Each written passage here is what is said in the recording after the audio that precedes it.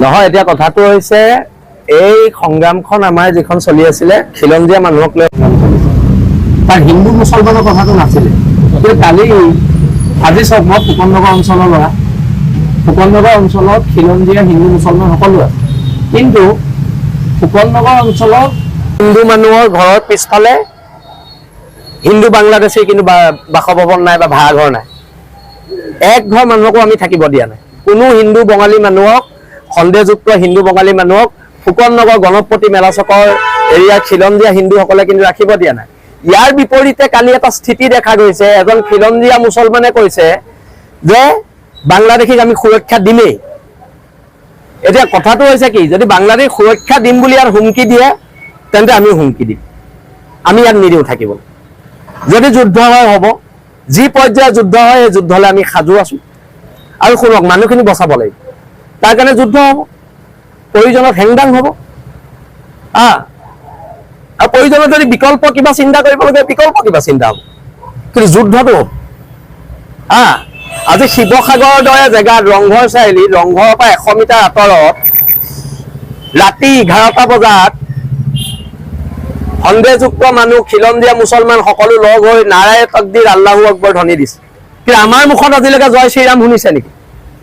আমি জয় অসমৰ স্থিতিত আছো, জয় অসমেই কৈ আছো, কিন্তু তেওঁলোকে ক'ব নাৰায়ে তকবীৰ আল্লাহু আকবৰ, আৰু আমিতো আজিলৈকে হৰ হৰ মহাদেৱ আৰু জয় শ্ৰীৰাম কৈ ৰাস্তাত ওলোৱা নাই। এতিয়া এই কথা বতৰাবিলাকে এটা স্পষ্ট ইংগিত দিছে যে শিৱসাগৰৰ একাংশ খিলঞ্জীয়া মুছলমান মানুহে বাংলাদেশী মূলৰ সন্দেহযুক্ত মানুহক ৰক্ষণাবেক্ষণ দিছে। সঁচাটো সঁচা। আহক, আমাৰ গোটেই প্ৰত্যেক ফুকননগৰ মেলা চকৰ গণপতি মই নিজেই যাম, এক ঘৰ মানুহৰ পিছফালে হিন্দু বাংলাদেশী আছে নি আপোনালোকে দেখুৱাই দিয়ক। সৰজমিন তদন্ত কৰক, সৰজমিন তদন্ত কৰক আপোনালোকে।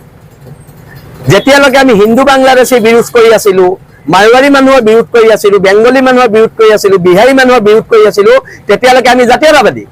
আৰু যোনদিনাই আমি মুছলমান বাংলাদেশী বিৰোধ কৰিলো, আমি সেইদিনা সাম্প্ৰদায়িক। এইবোৰ কথাবোৰ নচলিব, নচলিব। একদম স্পষ্ট কৰি দিছো, যদি শিৱসাগৰ জ্বলে জ্বলিব। কি ভয় খাই আছো নেকি কাবালে? সিহঁতি জ্বলাব, আমি কি হাতত খাৰু পিন্ধি আছো? জ্বলিব, শিৱসাগৰ জ্বলিব, মই কৈ দিলো। ভয় খাবলৈ নাই। যদি পুলিচে এৰেষ্ট কৰে, আজিয়ে এৰেষ্ট কৰি জেলত ভৰাই দিওঁ। ইয়াত বিজেপি কংগ্ৰেছৰ কথা নাই, আমি ৰাজনীতি উৰ্ধত থকা মানুহ। বিজেপি কংগ্ৰেছৰ ইয়াত কথা নাই। কোনোবাই দম দিব শিৱসাগৰত কিবা হলে কাকো সোধাই নেৰিম, কোন হয়? শিৱসাগৰত কিবা হলে কাকো ময়ো সোধাই নেৰো। যদি শিৱসাগৰত কোনোবা খিলঞ্জীয়া মানুহৰ গাত এটা আঁচু লাগে, কাকো মই সোধাই নেৰো। সেইটো কথাও কৈ দিছো, বিল আছে থানা অসমে সোধাই নেৰে। এটা খিলঞ্জীয়া মানুহৰ গাত যদি হাত লগাই হাত ছিঙি দিয়া হ'ব। কি হৈছে ইয়াত? দাদাগিৰি চলিছে। ধৰ্মৰ আফিম খাই আছে সিহঁতি, আমি ধৰ্মৰ আফিম নাই খোৱা।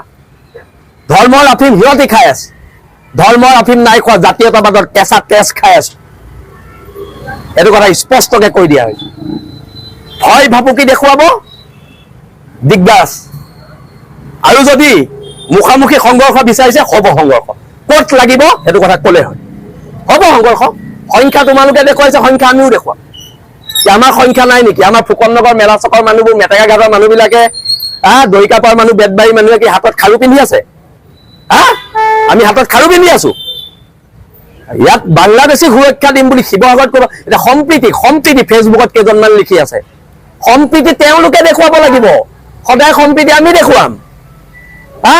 সম্প্ৰীতি সদায় আমি দেখুৱাম। ঠিকা লৈ থৈছো ইয়াত সম্প্ৰীতি দেখুৱাই, ঠিকা লৈ থৈছো নেকি? আৰু মই পুনৰ কৈ দিছো, মোৰ নেতা হিমন্ত বিশ্ব শৰ্মাও নহয়, মোৰ নেতা গৌৰৱ গগৈও নহয়। মোৰ এটাই লক্ষ্য উদ্দেশ্য, খিলঞ্জীয়া মানুহৰ সুৰক্ষা। এইটো কথা স্পষ্টকে কৈ দিছো। আৰু মই পুনৰবাৰ কৈছো, যে সম্প্ৰীতিৰ কথা লিখি থকা মানুহকেইজনে সেই মানুহকেইজনীৰ ওচৰত গৈ পেলাই সম্প্ৰীতিৰ কথা কওক। আমাৰ ওচৰত আহি সম্প্ৰীতিৰ কথা নকব। এতিয়া সম্প্ৰীতি শিৱসাগৰত শেষ, যুদ্ধ হ'ব। বছ, সম্প্ৰীতি শেষ, শিৱসাগৰত যুদ্ধ হ'ব। চেলেঞ্জ কৰিছো, অপেন চেলেঞ্জ কৰিছো। দম আছে যদি তহঁতি আহ লাগিবলৈ, ক'ত লাগিবি কবি। আৰু ইয়াত কোনোবা বিধায়কে দম দিব, এইবোৰ নচলিব, নচলিব। ইয়াত কাৰো কথা নচলিব। সম্প্ৰীতি শেষ। আৰু সম্প্ৰীতিৰ কথা ইয়াত কোনোবাই কব, যোনে সম্প্ৰীতি বিনষ্ট কৰিছে